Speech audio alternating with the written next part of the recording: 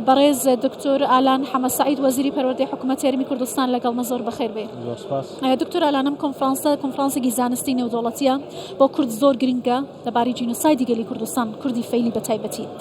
پەروەردە چۆن دەتوانێت ڕۆڵ ببینێت تا چەندە لە مەنهەجی پەروەردەدا باسی جینۆساید جێگیر کراوە؟ بەناوی خی گەورە میێرەوان سەرەتا سەری ڕێز و نەوازش بۆ شەهیدانی کوردستان و بۆ هەموو جینۆساید کراوانی کوردستان و ئەمڕۆ یەکەمین کۆنفرانسی نێودەوڵەتی زانستی هاوبەشی نێوان هەرسێ زانکۆی سەلاحەدین و دووەک و سۆران بە سەپەرشتی جەناوی سەرۆک بارزانی ئەنجام ئەدرێ.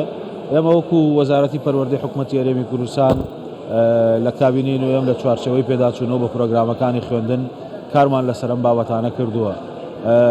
بابەتی جینۆسایدی گەلی کوردستان یەکێکە بێت لەو بابەتانەی کە لە پۆلی دەی وێژەیی و زانستی و یەکی پەیمانگاکان دەخوێنرێ و بۆ ئەم ساڵی نوێی خوێندن 2023-2024 ئەو کتێبە بە بەرجێکی جیاواز و بە پێداچوونەوە کتێبێکی نوێیە ئامادە کراوە کە تیایدا باسی هەموو ئەو کۆمەڵکوژی کردەوە جینۆسایدی تاوانکاریان ناکرێت کە دەرحەق بە گەلی کوردستان کراوە. لە بەندی سێهەمی ئەم ساڵ لە مانجینۆکە قوتابخانەکان کرایەوە 2023-2024 ئەو کتێبە نوێیە چاپ دەکرێت و دەخوێنرێت و لە بەندی سێهەمی ئەو کتێبە بە تایبەتیش باسی جینۆسایدی کوردانی فەیلی دەکات کە ئەمڕۆ ئەم کۆنفرانسە تایبەتە بە جینۆسایدی کوردانی فەیلی. کۆنفرانسەکە یەکەمین کۆنفرانسی زانستی نێودەوڵەتیە بۆ جینۆسایدی کوردانی فەیلی. لە هەمان کاتیشا ئێمە لە پرۆگرامەکانی خوێندن لە چەند جێگەیەکی دیکەش جیالۆی کە کتێبێکی تایبەت بە ناوی جینۆسایدی گەلی کوردستان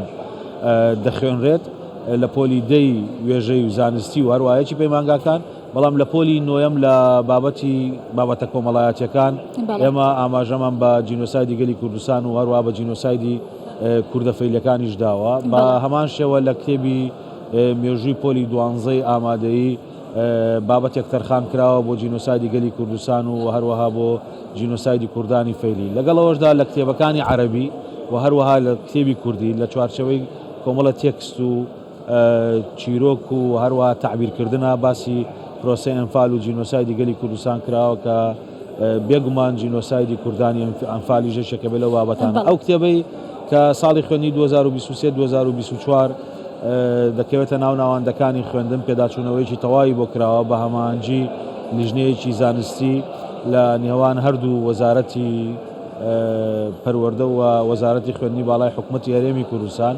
چەندین ئەکادیمیستی زانکۆکانی کوردستان شتیانە بەشداریان کردووە و بەڕێز دکتۆرە ڤالا فەریدیش کە بۆ خۆی پسپۆڕەکەی جینۆسایدە ئەویش پێداچوونەوەی پیا کردووە لە ڕووی زانستیەوە و کتێبەکە بە دیزاینێکی نوێ و بە چاپێکی نوێ لە مانجینۆ دەکەوێتە بەردەست قوتابیان. زۆر باشە. دکتۆر ئالان، بابەتێکی دیکە کە لە قوتابخانەکاندا ئەمە ساڵانە دەیبینین دووبارە دەبێتەوە یادی کیمیابارانی هەڵەبجە و جینۆساید و ئەنفالی گەلی کوردستانە.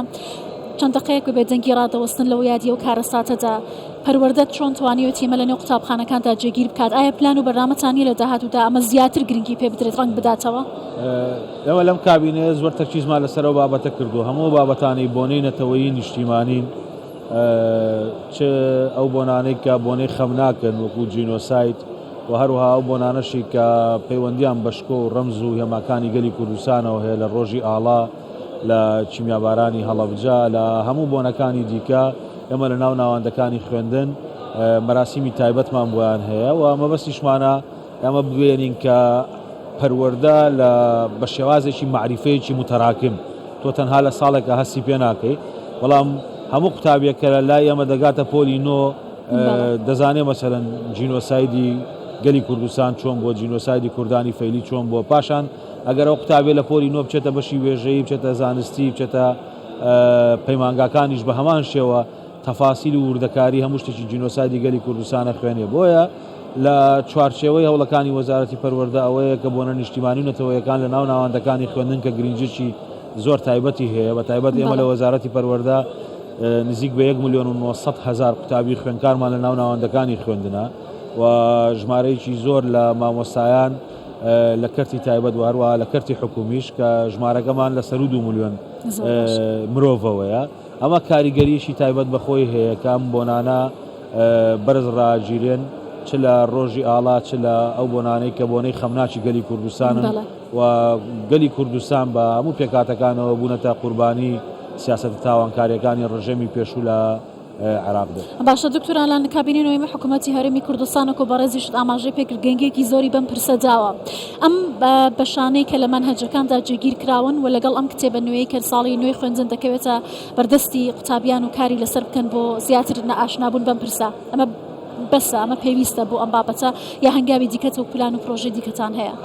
ئەگەر دیقەت بدەی بگەڕێتەوە بۆ ڕۆژی 2019 کاتێک کە جەنابی سەرۆکی حکوومەتی هەرێمی کوردستان بەرنامەی کابینەی ویزاری پێشکەش کرد لە بەردەم پەرلەمانی کوردستان یەکێک لە خاڵەکان پێداچوونەوە بە پرۆگرامەکانی خوێندن. ئێمە لە پێداچوونەوە بە پرۆگرامەکانی خوێندن کاری جدیمان کردووە لە ناو وەزارەتی پەروەردە، کاری دیکەشمان لە پێشە و ئێساشتی مەکانمان کارەکەن لە بەرەبراتی گشتی پرۆگرامەکان بۆ ئەوەی کە پێداچوونەوە بۆ کتێبانی دیکە بکەن کە هێشتا ماون. تەرکیزمان لەسەر چەند خاڵێکی گرنگە، جا لە بابەتی پەروەردەیی و بابەتی فێرکاری، تەرکیزمان لە چەند خاڵێکی گرنگە کەەوە ئەنە بەهای ئێمن، بەهای کۆمەڵگەی کوردستانین. یەکەم ناساندنی هەموو تاوانانی دەرحەق بە خەڵکی کوردستان کراوە، دووهەم بابەتی پێکەوە ژیانی ئاینی و ئاینزایی و نەتەوەکانی لە ناوگەلی کوردستان. ئەمانە ئەو بابەتانن کە ئێمە دەمانەوێت لە ڕێگەی پەروەردەوە وەکو بەها کاریان لەسەر بکەین بۆ ئەوەی بتوانین خزمەت بە منداڵان و خزمەت بە ئایندەی کۆمەڵگەی کوردستانی بکەین. لەو چوارچێوەیە لە پێداچوونەوە بە پرۆگرامەکانی خوێندن ئەوەی کە گرنگە بە نسبەتی ئێمەوە شاندانی ئەو بۆنانەیە بە قوتابیان و پێدانی زانیاریە لە بارەیانەوە و چاندنی بەهای پێکەوە ژیانە لە نێوان هەموو ئاین و ئاینزاونەتەوەکان. بەڕێز دکتۆرالان حەمەد سەعید وەزیری پەروەردەی حکوومەتی هەرێمی کوردستان زۆر سپاس لەگەڵمان بووی و توێژێک بوو لەگەڵ وەزیری پەروەردەی حکوومەتی هەرێم سەبارەت بە جێگیرکردنی ئەم بابەتە گرنگانە بە تایبەتی پرسی جینۆسایت لە مەنهەجەکانی خوێندن